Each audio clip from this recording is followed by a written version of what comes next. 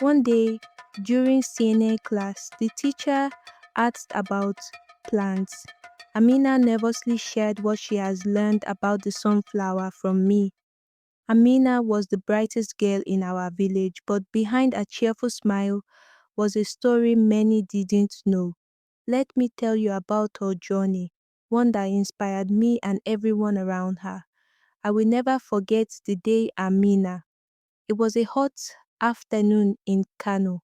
I was walking to the village well when I heard quiet sobs coming from behind the old mango tree. Curious, I peered around and saw Amina sitting there, her face buried in her knees. Amina, is that you?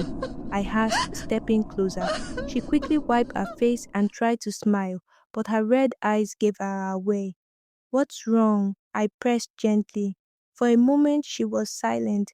Then, in a trembling voice, she said, I'm tired of being a failure. I sat down beside her, stunned. This was Amina, the girl who was always so kind, so full of energy. What could make her feel this way? I tried so hard, she began, her voice shaking. In class, no matter how much I study, I forget everything during exams. When I stand up to speak, my words get all jumbled, and everyone laughs. Even at home, I try to help, but I end up breaking things or spilling food. It's like I can't do anything right. I remembered hearing about our struggles in class. One time during a math lesson, the teacher had asked Amina to solve a simple problem on the board. She stood there for minutes, frozen as the other students giggled. When she finally tried to write an answer, her hands shook so much that the chalk snapped. Another time, during a school debate, she was supposed to talk about the importance of education. She had practiced for days, but when it was her turn to speak, her voice was barely a whisper. The judges asked her to speak louder, but the more they pressured her, the more her words disappeared. Even at home, her struggles followed her. She once tried to cook rice for her family, but she burned it so badly that her younger brother joked about eating charcoal. Another time, while carrying a basket of tomatoes, she tripped and sent them rolling into the dirt. Each failure added to her fear.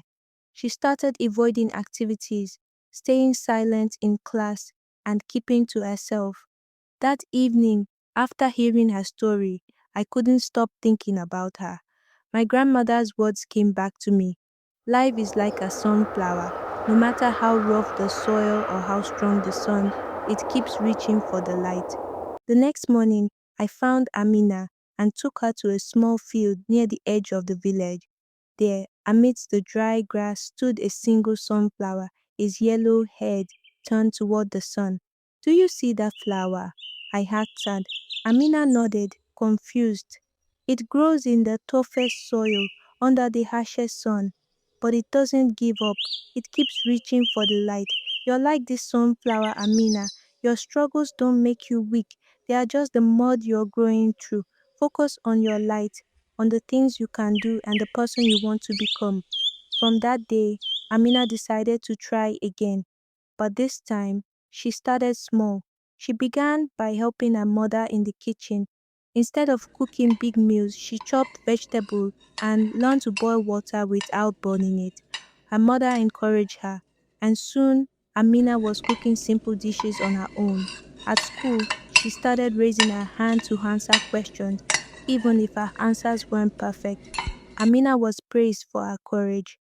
Amina felt proud of herself. She also returned to drawing, something she loved but had abandoned. At first, she only drew in secret flowers, animals, and landscape. But one day, the art teacher saw her sketches and encouraged her to enter a school competition. She hesitated but eventually agreed.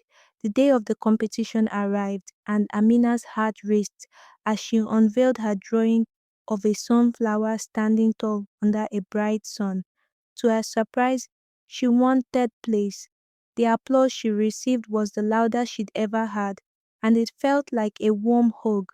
From then on, Amina grew bolder. During another debate, she wrote a speech on her struggles and how she learned to overcome them. This time, Her voice was steady, and when she finished, the entire hall erupted in cheers. At home, her family noticed her newfound confidence. She started teaching her younger sibling how to draw, and they called her their big sister sunflower. One afternoon, months later, I found Amina sitting by the same pond where we had first seen the sunflower. "Thank you," she said, smiling at me. "I'm not afraid of failing anymore." Her words stay with me, and now I share her story with everyone I meet. To anyone listening, remember, life will have its shadows, but like Amina, you can choose to reach for the light. Mistakes don't define you, they shape you.